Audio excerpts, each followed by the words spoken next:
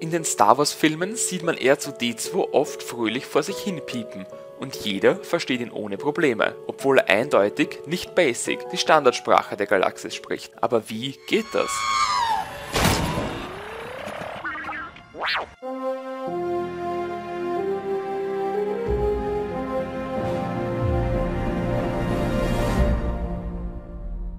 Alle Droiden im Star Wars-Universum sprechen die sogenannte Droidensprache Binary. Das ist genau das Gepiepe, was R2-D2 immer von sich gibt. In dieser Sprache haben die Geräusche in der gleichen Tonhöhe auch immer dieselbe Bedeutung. Normalerweise hat man da Protokolldroiden, welche dann Binary auf Basic übersetzen. Jedoch kann es vorkommen, dass, wenn eine Person viel Zeit mit seiner Droide verbringt, dass derjenige einfach dessen Phrasen und Töne wiedererkennt und deren Bedeutung lernt. Ich denke, einfach nur durch das Schauen der Originaltrilogie kann man schon so circa erkennen, ob R2-D2 jetzt eine positive Antwort auf die Frage gibt oder ob er diese verneint.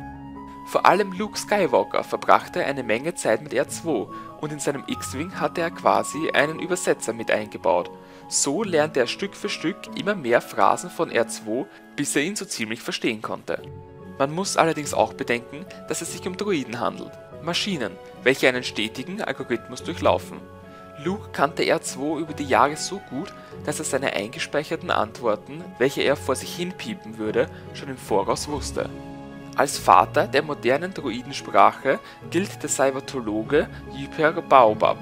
Früher waren Droiden nur in der Lage, Ja- und Nein-Töne auszugeben, und sein Programm, welches etwa 200 Jahre vor der Schlacht um Yavin veröffentlicht wurde, bietete Droiden erstmals komplexere Ausgabemöglichkeiten. Jahre später entwickelte dann ein anderer Wissenschaftler einen zusätzlichen Programmcode, welcher den Droiden eine Art Persönlichkeit geben soll.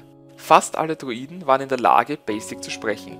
In vereinzelten Fehlerfällen mussten die Droiden dann in ihrem Binary oder in einer eigenen Zeichensprache angesprochen werden. Sie konnten auch so programmiert werden, dass sie nur auf die Stimme ihres Meisters reagierten und alle anderen einfach ausblendeten. Übrigens konnte man in einigen Droiden auch eine Art Sprachmodul einfügen, welcher ihnen dann die Fähigkeit des Basic-Sprechens gab. Aber sind wir mal ehrlich, ohne den Piepgeräuschen wäre R2 oder BB-8 nur halb so niedlich.